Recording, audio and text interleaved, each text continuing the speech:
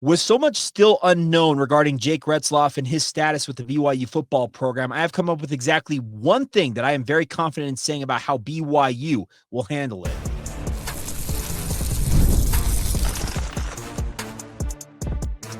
You are Locked On Cougars, your daily podcast on the BYU Cougars, part of the Locked On Podcast Network, your team every day.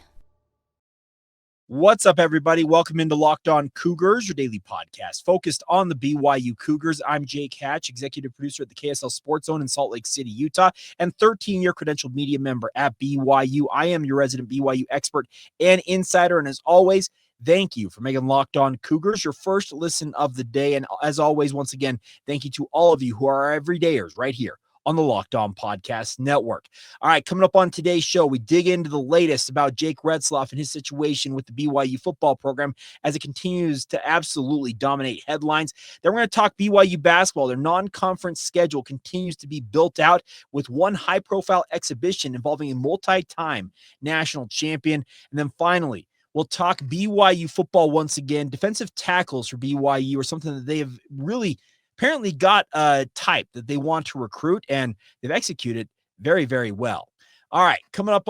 So that's all coming up on today's show. Let's dive right in, though, and talk about Jake Retzlaff. Now, the situation with Jake is simply put, we don't know what the ultimate situation is. Anyone who tells you they know what Jake Retzlaff is going to do or what BYU is going to do with Jake, they don't know what they're talking about, because I don't frankly think BYU knows exactly what to do with this situation. There are so many layers to this. We've talked about this a lot over the past 4 or 5 podcasts, including our crossover edition we did with Drake Toll of Locked On Big 12 yesterday. Those of you who may have been out for the holiday, go back and check that out. But as I have thought about this, we have talked a lot, and there's been a lot of comments saying that we've all but said that Jake Retzlaff will never play for the BYU football program. Now, you can infer that. I absolutely respect that fact that you believe that he very well may not play for BYU. I can acknowledge that very well could be the circumstance.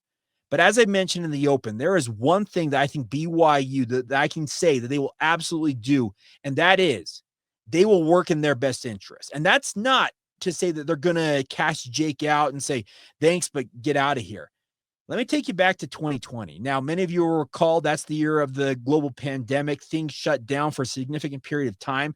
I can take you back to essentially this time that year, so 5 years ago.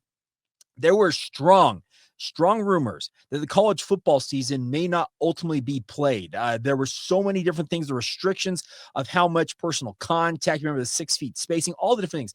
I'm not trying to make this a political thing. I'm trying to explain that during the height of this, there were so many conferences that essentially said, okay, yeah, we're not playing until further notice. And that all but did in BYU's schedule for that football season. One thing I will always respect Tom Holmoe and the BYU Brain Trust, including the university leadership, the football coaches, and everybody involved, is that they had a mentality of, hey, we're not going to play this football season. Their mentality always was, let's find a way that we can safely play, but still play football. And that was I think a revolutionary idea at the time. And the reason I bring that up is because think back on that. BYU did not have the mentality that, okay, everybody else is canceling the season. Well, might as well, we just throw our hands up and say, to heck with it.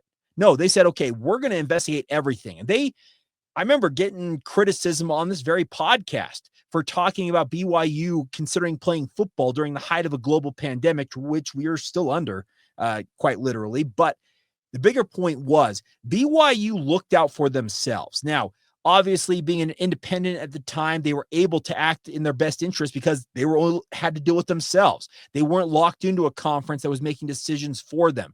A lot of other programs around the country had that circumstance. But the forward thinking that BYU deployed during that era is something that I think we can but we can bring forward 5 years as we look at this Jake Retzlaff situation. BYU is going to do their due diligence. They have Title IX looking at this, obviously, as is university policy, because when situations like this arise that involve a civil lawsuit and allegations of sexual assault, that absolutely has to go to Title IX because it is a federal mandate that those offices on various campuses are called in these circumstances. BYU will also do their homework and talk to Jake and others about the other situations involved in all this. And obviously that would involve the honor code. I respect the fact, and I can say that BYU will do a thorough job looking at all sides of this. And I come back to the point that BYU will act in their best interest. Let's say that internally they come to the conclusion that Jake Retzlaff, in their eyes, is exonerated and they feel like he is good to go and is capable of playing, and they're going to put him on the field. That case, speaking of the civil lawsuit, multiple legal experts say that the earliest it would go to trial is next year at some point. It said mid to late 2026. We're talking over a year from now before it ever going to trial. If you decide to hold Jake up and decide that he has to sit on the bench for all that time, you can find yourself, if he was to be exonerated ultimately in the end, they could turn back around and sue BYU for lost playing time, damages regarding NIL, and a whole litany of other things. But the point I'm trying to make is, I believe that BYU, if they feel like Jake Retzlaff, he is good to go. He is cleared. And even if the court of public opinion is flying against him, and there's people out there saying that he's a rapist and he's all these different things, but if BYU's done their homework and they feel like internally he's good to go, I think that BYU will put him on the field. Now, that may be me stepping out onto a limb that some of you don't think I should step out onto, but I look at history telling us the BYU, once again, will always look out for their best interest. And if their best interest comes down to they feel like Jake Retzlaff, he is very much in the clear and he's capable of playing, I don't think they will hesitate to put him on the field, even if it brings blowback. BYU is a university that has always stood for something more than just playing football or just playing basketball. It's a university that is the flagship school of the Church of Jesus Christ of Latter-day Saints. They are really image conscious. I'm fully aware of that. But I also respect the BYU, looking back at 2020 and also other circumstances in the past, is that when BYU feels like it's in their best interest to maybe not act out of line, but to act in a different manner that is going to benefit them, they've never hesitated in doing that. So if it comes down to it, the BYU's done their homework. They've looked into all the allegations. They feel like everything is on the up and up, and Jake Retzlaff is good to go. I wouldn't be surprised if they decided to throw him out on the field, but that ultimately will come in time. But I also respect the fact that BYU, they will make sure that they dot every I, cross every T, and they do everything within their power to make sure that they also don't find themselves without a paddle, up a creek without a paddle, and find themselves in legal peril also. Like I said, there are way too many different layers to this, but I feel like that's the one thing we need to acknowledge is the BYU is always looked out for number one. And speaking of the university, they're not going to put themselves in a bad spot, but at the same time, I think they also want to do right by Jake. And if they ultimately come to the conclusion that he's cleared and he's good to go, don't be surprised if they put him on the field, even if that civil lawsuit is still pending in court. All right, coming up next, we're going to flip over and talk a little bit about BYU basketball.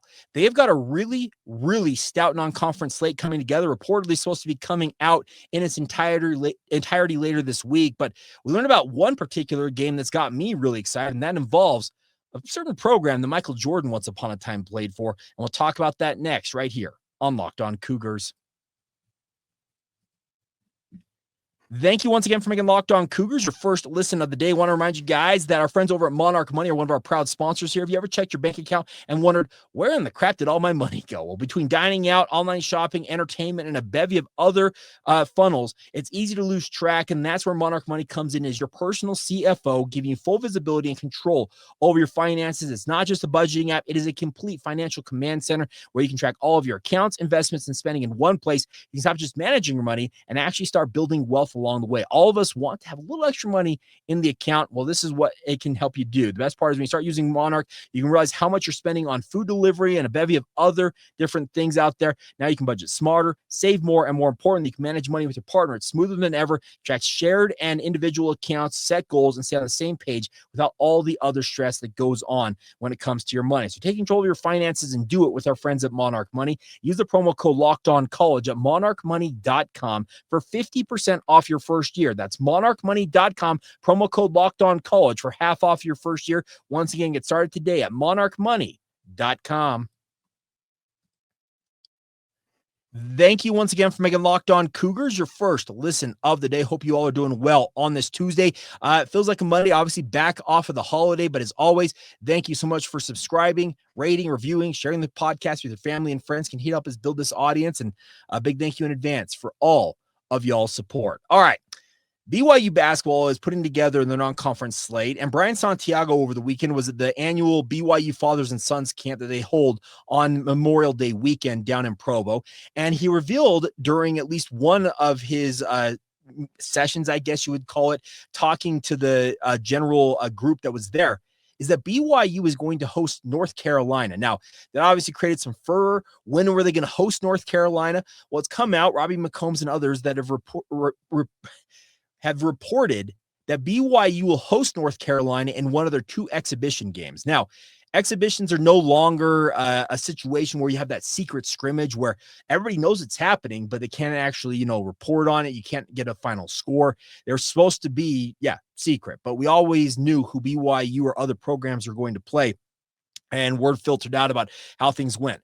Well, the NCAA has changed the rule where you can have these so-called secret scrimmages now be an open thing. You can have them scheduled to be played, and BYU will travel to Nebraska as part of a home and home.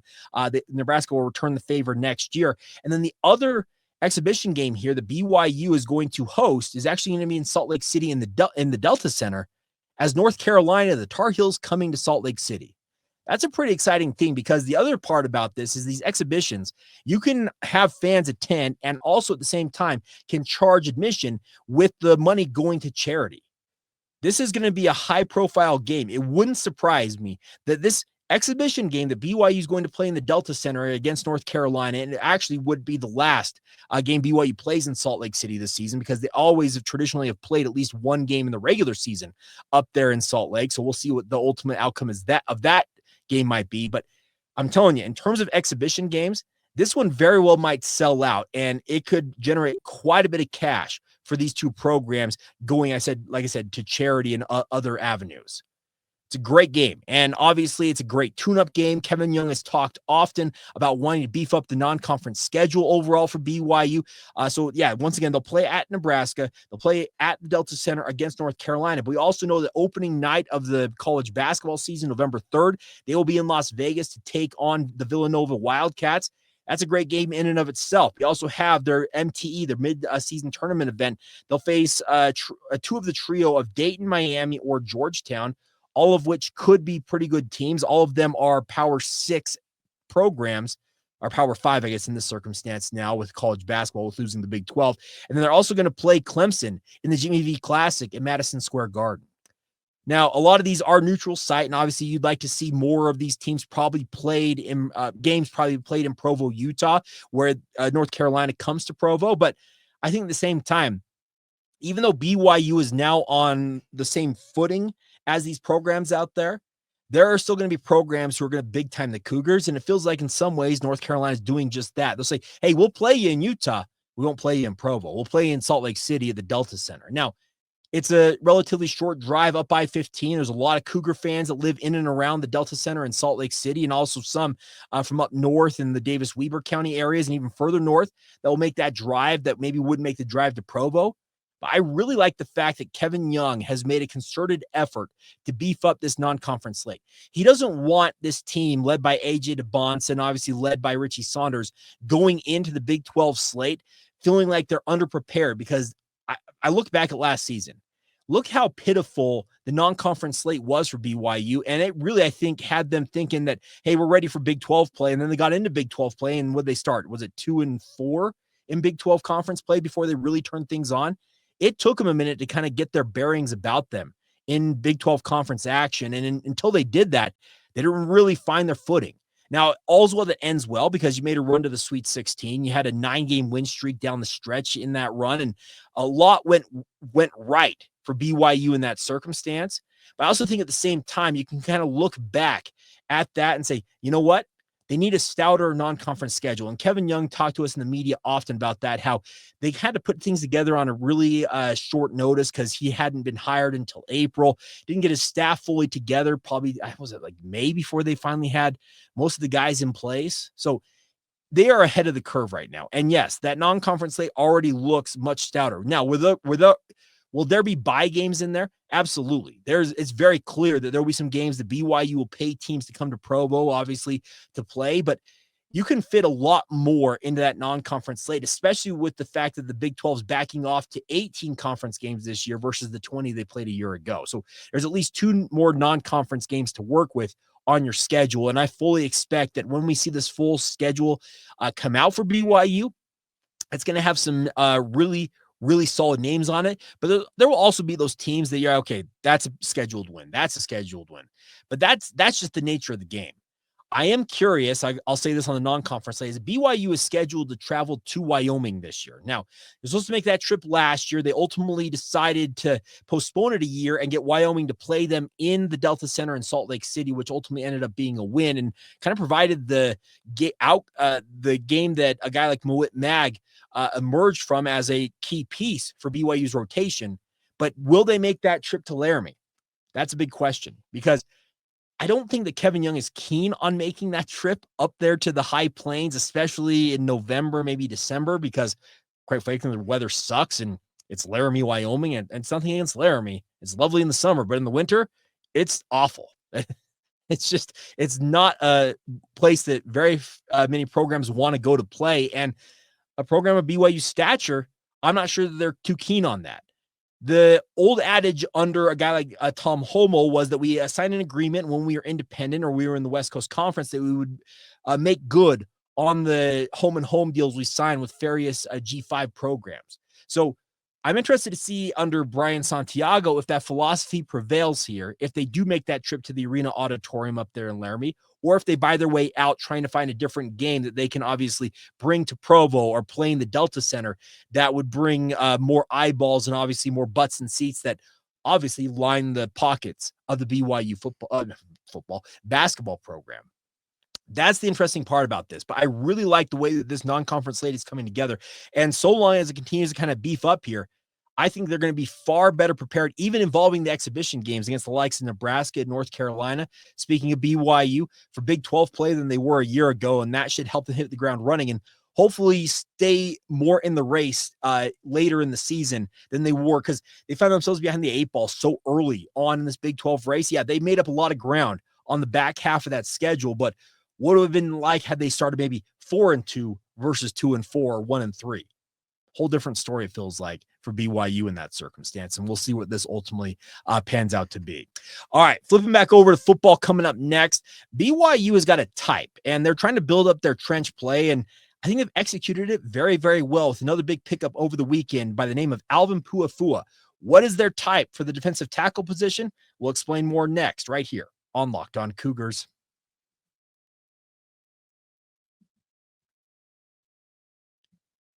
Thank you once again for making Locked On Cougars your first listen of the day. Hope you all are doing fantastic out there wherever you might be. If you have not done so already, sign up for the Locked On Cougars Insider Group. Get the inside scoop on all things BYU sports that I am hearing at any given time, coming to your phone in the form of a text message. The best part is you get a 14-day free trial to see if it's the right option for you, and it's just $5 a month to be a part of the Locked On Cougars Insider Group.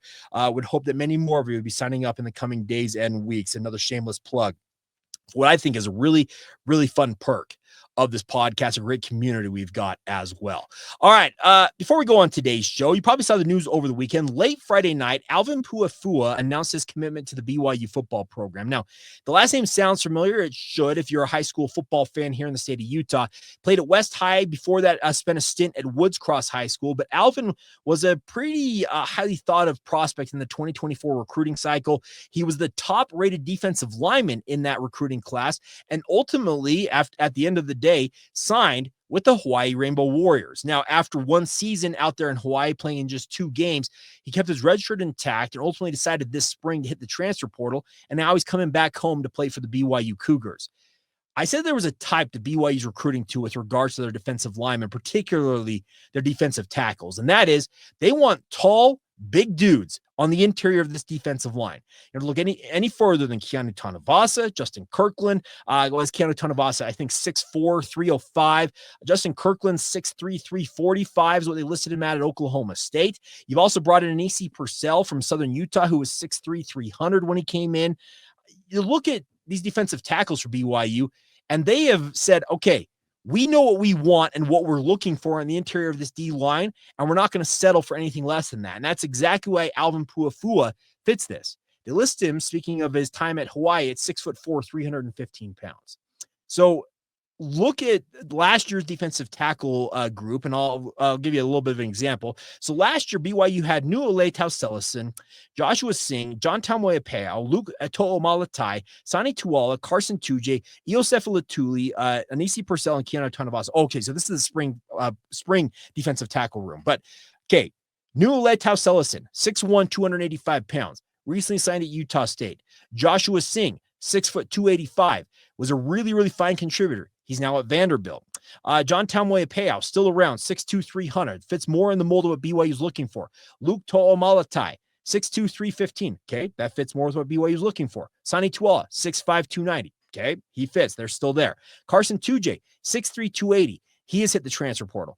Iosefa Latuli, 6'5", 255. Still has time on his side. He's going to have to bulk up, obviously. He's got the height you want there. Anisi Purcell, as I said, 6'3", 300. Keanu Tanavasa, 6'4", 300 pounds. BYU wants guys on the interior of their defensive line who got the length and height, but more importantly, the size to contend on the interior. They really, I think, overachieved with guys like John Nelson and Blake Mangelson a season ago. John Nelson, who I think was generously listed at 290. You have a guy like Blake Mangelson who was listed at 285. They more than held their own on the interior for BYU, but I think that they made a concerted effort this year. Speaking of guys like Sione Puha, Gary Anderson, obviously going up to Jay Hill and Kalani Sitake, is that they understand we need bigger guys on the interior of our defensive line to be that much more stout, particularly against the run. And they recruited to a specific type of defensive tackle they've wanted, and that's exactly what they got. I really like what Alvin Puafua brings to the table for BYU. Yes, I know he signed at Hawaii, but he's still got 4 years of eligibility on the table. He's not going to have to come in right away and contribute for BYU because right now, I think your starting defensive tackle tandem is easily Keanu Tanavasa and Justin Kirkland. Then you have guys like a guy like John Tamoepeau, who was a really fantastic reserve defensive lineman a year ago. I think he factors in it as a backup for BYU. Then you also add Anisi Purcell, who was a really, really fine defensive lineman at the FCS level, now making the leap up. The nice part is Alvin Puafua is coming in and maybe looking at maybe being the third string defensive tackle for BYU and will be given the adequate time, to get up to speed, knowing BYU's defensive philosophy, the playbook and the like, but also more importantly, working on his body and making sure that 6'4", 315 is exactly the way the BYU wants it. He's in shape and he's capable of contributing. BYU requires a lot of their defensive linemen. And John Nelson and Blake Mangelson last year, they did exactly. They were more technicians than they were just overpowering type defensive linemen. And that helped BYU. But I think BYU now understands, okay, that was good. We need to take it to the next level here. And that's why a guy like Keanu Tanavasa and Justin Kirkland, who have got Power 4 experience, like I said, have the requisite size at 6'4", 300 in the case of Tanavasa, 6'3", 345, 330, whatever he is. Speaking of Kirkland, that's legit beef that BYU couldn't boast a year ago. And that's going to help them be that much better on the interior of this defensive line while giving a guy like Alvin Puafua time to really hone his craft. And maybe in a year's time, he emerges as a key backup for BYU and then down the line ends up being a starting caliber defensive lineman. I watched Alvin enough in high school to understand that, yes, he's got really, really good size, but he's also got a really, really fine motor as well. I call a bunch of high school football games. Many of you know that. I watch more high school film than even that. And I watch a lot of huddle highlights of guys. And Alvin was a guy that, quite frankly, I was surprised actually escaped the clutches of anybody here locally in the state of Utah, including Utah State and Utah, and ultimately went to Hawaii. Maybe he wanted to take a Hawaiian vacation for a year. I don't know that part of the story. Maybe the Puafua family could fill me in on that. But I like the fact that BYU knows what they're looking for now on their defensive line, and they're recruiting to it. Is it ultimately going to come together right away that you're going to find studs every single recruiting class? No, I think that they understand that bringing guys via the transfer portal, because that's what Kirkland, Tanuvasa, in this case, Puafua, as well as Purcell, all of them are transfer portal guys. But I think that they're trying to give themselves a little bit of a lead in terms of, okay, we got these guys in here now. Now we've got 1, maybe 2 years to get out there on the recruiting trail and find the same type of guys and bring them from the high school ranks and help them become kind of that next generation of these defensive tackles.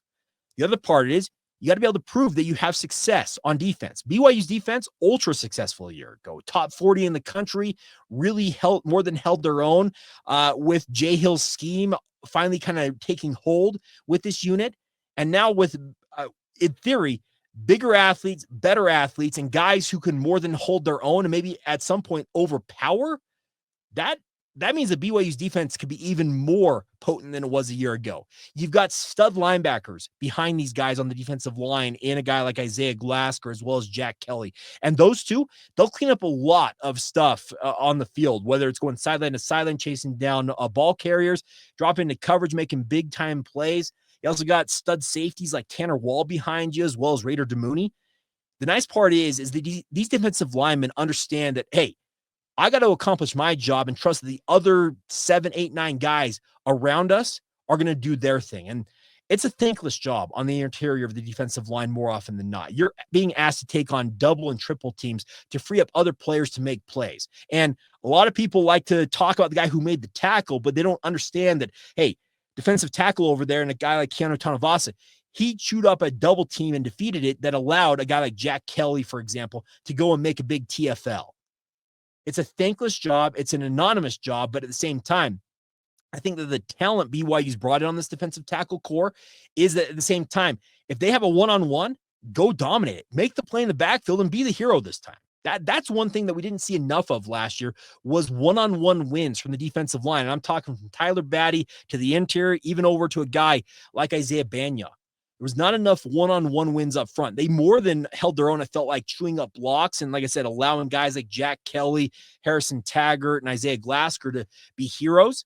But I'd like to see the defensive line be the heroes themselves a little bit more this year. And that's the hope, is that these defensive tackles in particular, and obviously the defensive ends outside of them, they'll be able to have more one-on-one opportunities, and they'll win those more often. And yeah, maybe make a big tackle for loss, bat a ball down, get a big sack, strip the ball out and recover it. Those are the havoc plays the BYU used so well last year. They picked the ball off a lot a year ago, but they didn't sack anybody, it felt like. Now, if you can combine those two where you're still picking off teams at a pretty high clip, but at the same time, creating havoc in the backfield where quarterbacks simply don't feel comfortable and you're stripping the ball out every so often or making a big sack, that makes you that much more dangerous. And that obviously would make BYU maybe a top 25 caliber defense. And if that's the case, that means this is a BYU team that's going to be a force to be reckoned with all year long, even with the question marks surrounding their quarterback position. So I really like the way BYU's executed things. Looking forward to seeing Alvin Puafua as part of the BYU defensive tackle contingent. And I really do think that BYU executed this very, very well and did some really, really fine work in finding the right guys they feel like to come in and make a difference for this BYU defense. All right, that's going to do it for today's edition of the podcast. As always, thank you for y'all's support. I really do appreciate you guys continuing to subscribe, rate, and if you haven't done it already, click the like button if you're watching this on YouTube. It's really as simple as that. Hit the bell notification icon to let you know when a new episode drops every single day, because we are your daily resource, talking all things BYU on a every single day basis. So as always, thank you for making Locked On Cougars your first listen today. And more importantly, thank you to all of you who are every day are checking us out every single day right here on the Locked On Cougars podcast.